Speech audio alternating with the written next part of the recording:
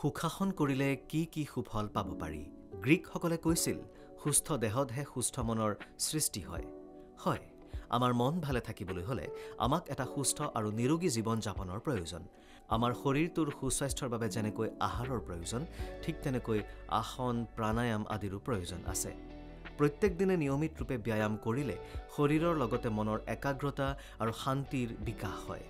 এই আসনৰ ভিতৰত সুখাসন অন্যতম। পদ্মাসনৰ বিকল্পৰূপে সুখাসন কৰিব পাৰি। এই আসনক ইজি প'জ বা সহজ আসন হিচাপেও কোৱা হয়। এই আসন কৰিবলৈ আৰামকৈ বহি ল'ব লাগে। ইয়াৰ বাবে কোমল গাৰু বা কম্বল আদিৰ ওপৰতো বহি ল'ব পাৰে।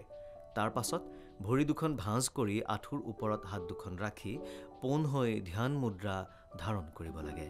লক্ষ্য ৰাখিব লাগে যাতে গল, মূৰ, মেৰুদণ্ড আদিত জোৰ নপৰে।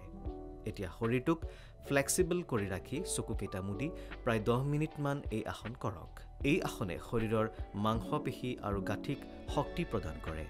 মানসিক চাপ, দুশ্চিন্তা, ভাগৰ দূৰ কৰাত এই আসন উত্তম। শৰীৰৰ সন্তুলন বজাই ৰাখে, পিঠি অংশ মজবুত কৰে, ওজন হ্ৰাস কৰাতো সহায় কৰে, ৰক্ত সঞ্চালন উন্নত কৰে, পাচন প্ৰক্ৰিয়া শিথিল কৰে।